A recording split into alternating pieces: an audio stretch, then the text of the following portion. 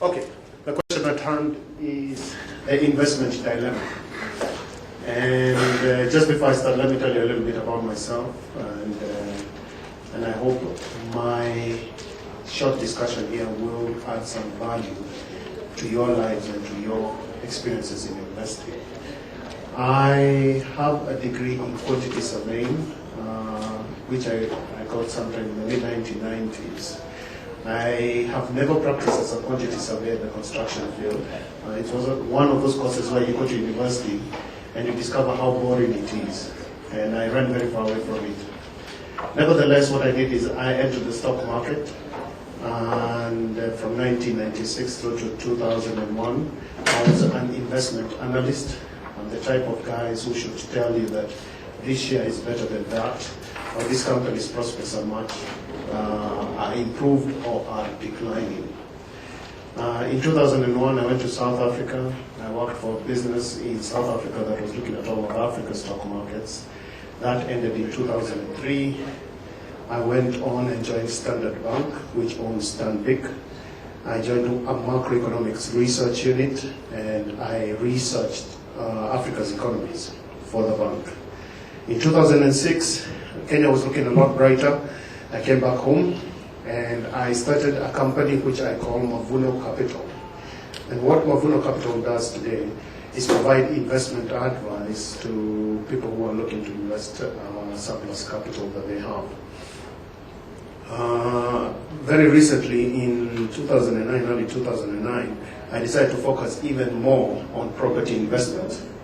And today I define myself more as a property investment professional. That's what I do. So, the investment dilemma.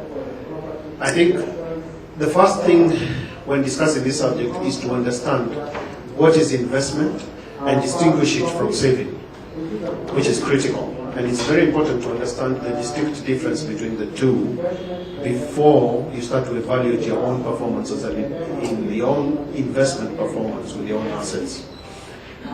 Now, to save savings is the difference between your income and expenditure. Any amount through your budgeting process that you can hold off from spending today is called a saving. So the way you increase your savings is by either increasing your income, to reducing your expenditure so as to widen the margin between your expenditure and income, or a combination of the two. That is saving. Investing is putting this surplus capital to work such that it can grow and gain a value that is much higher in future than it is today. So those are two very, very different activities.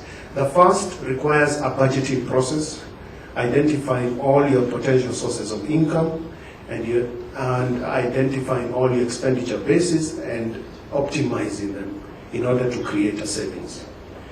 The investment side is looking at all the investment options available to you, picking the ones that you feel you can undertake comfortably, given your risk tolerance, given the free time you have to manage that investment, and your intimate knowledge of that investment asset.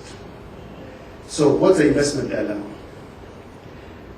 In Kenya today, what we have seen, there has been a huge explosion in investment clubs in the last few years.